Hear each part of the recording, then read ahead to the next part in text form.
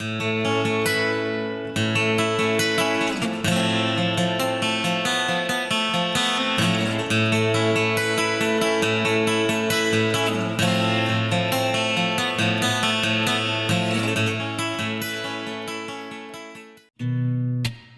we are in the driest state and the driest continent in the world, and you have these people that would normally not come out here, and they've had the lake and the catchment area cause them to come out to actually physically see it. So I think once we open the doors and open it up to more than what it is at the moment, I think we need to have a good hard look at ourselves. We were running 4 aircraft back in the mid-2000s. When the water came down into the lake, one stage I think we were running around 22 aircraft. My name's Trevor Wright. I own Wright's Eyre and the William Creek Hotel, the campground. Basically, the whole infrastructure around William Creek, we run it.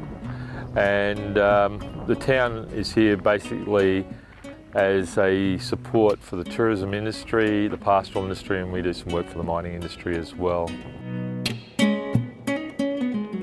The flows into Lake Eyre, you see the ecological effect, the greening of the environment. You've also got the water, then you have the birds coming in on it. And from that we have the tourism industry, this incredible growth that I don't think anywhere else in Australia experiences. When it does dry out and it starts to fall back to its natural environment, we only get up to about 8 centimetres of water or 10 centimetres of water a year, if we're lucky. Once people do the research and find there is no water in the lake, our bookings would probably go down by up to 90%. And probably our biggest net increases in the last few years have occurred in the tourism industry, and that's directly related to Lake Eyre. One of the things I'm really proud of is the fact we've provided employment through all this for young commercial pilots and people in the hospitality industry. The amount of work that occurred in the way of accommodation and tours for both the campground and the hotel out here at William Creek, because we're the closest point to Lake Eyre North as far as the community exists, and we have the infrastructure there, become exponential.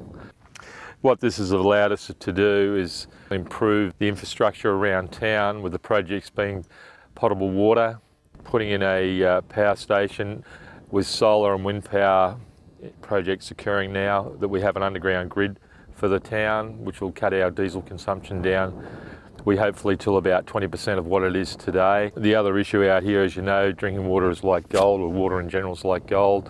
It'll allow us to move water from our catchment around town to any place around town, so that we don't run out of drinking water and have to truck it in from Coober Pedy. The story is basically I was flying out here one day and in my early flying career and saw Lake Eyre, and I thought this is a great tourist destination. We started off in a relationship of doing scenic flights out of the hotel with the publican there at the time. Well, when he left, he actually owned the last railway house that was put on the old Gann railway line in William Creek, so he ended up selling that to me and we based our business out of there. The last publican that owned the freehold and the leasehold, well, he became ill and his wife had medical issues, so they decided to leave, so we then picked up their place as well. The people who had the general store and the campground, they decided it was time to move on too. I don't know what it's trying to tell us, but ended up buying that place as well. And after that, Phil G, who was a camel, did camel tours out of here, he'd moved back down near Port Pirie, Port Augusta.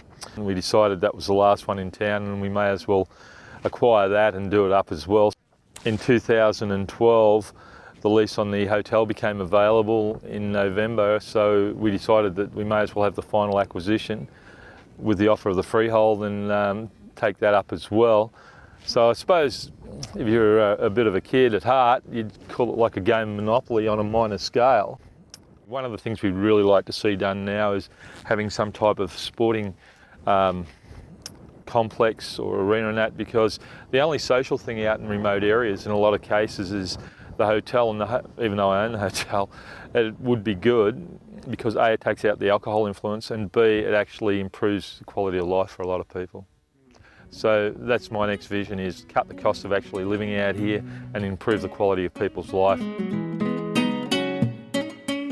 I'd say probably the most incredible sight I've ever seen is tens of thousands of pelicans on the Cooper's Inlet of the lake. I think that is just incredible. I'll never see that probably again in my lifetime.